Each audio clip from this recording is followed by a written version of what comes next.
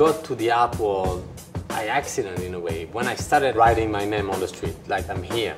And when I moved from the suburb to Paris, I've met some real writers that actually got style.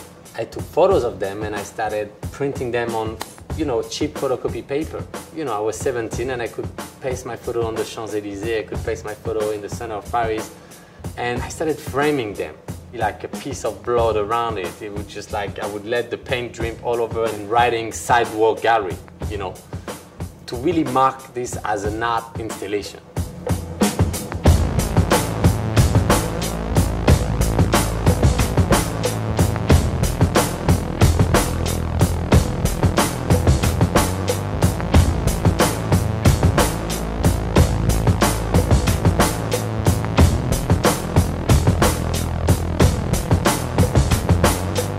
One day, my friend who lived in another suburb told me, hey, why don't you come and paste in mine? And I go there, it's a really rough neighborhood.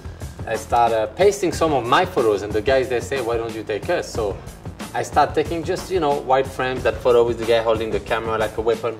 We were like, what do we do with those photos? And that's the moment we find out the way to enlarge really big. We did it illegally in the suburbs, but what happened is that a year later, the riot started in front of those photos. Talked to all my friends I knew there, and they were like, yo, how crazy is that? People think we're all like fucking rioters. I was like, you know what, if you're not one, then I have this 28mm lens. It's a short lens, and I'm gonna take a portrait of you really close, and I'm gonna put your name, your age, your building number, so someone could even come to your door and knock there. And I'm gonna paste it in Paris this time. And that's how I started the 28mm project, on that trust of I go there and I do it with people.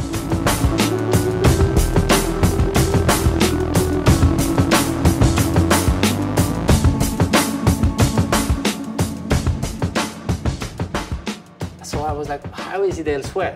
How is it in other places where I keep hearing about it every day? And the Middle East is, that's the case. We talk about it like if we're from there. So I decided to go there with just one friend, and we decided to photograph people doing the same job on both sides. 2 taxi driver, 2 teacher, 2 hairdresser. Then the people who comes in the street start arguing with you and say, hey, what are you doing? What is that? Is this political? No, it's an art project. But what's your art project? Oh, I photographed 2 people doing the same job. One from here and one from the other side. And there will always be that silence where people look at the photos and don't know who is who. Don't know who's the taxi driver from Palestine and who's the taxi driver from Israel.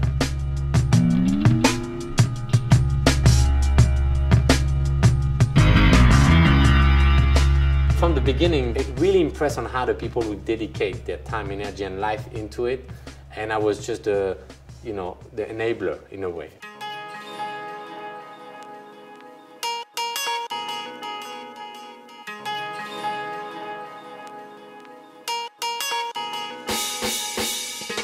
Seeing how the community would always empower themselves with the project, I was like, why don't they do it themselves without me?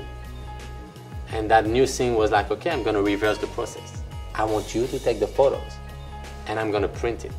And I'll send it back to you wherever you are in the world, and for free if you can't afford it. But you have to paste it. You went from a local project with a global impact to a local project with a local impact that speaks to the community. And that is because I go out of the equation, because it's done by local to locals. And suddenly the project went in places that I could have never been to.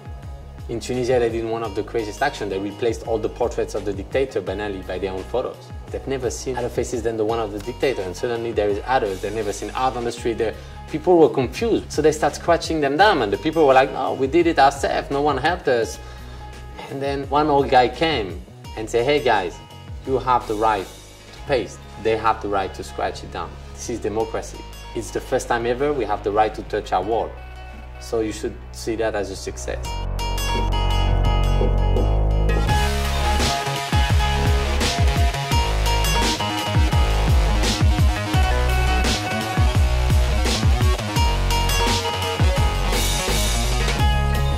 Next year it's going to be indoor museum installation, but I really leave to the street what should be done in the street, because it's not that it's only the biggest gallery that exists, but it's also a space that you cannot reproduce in the inside, because it touches people that would never step inside.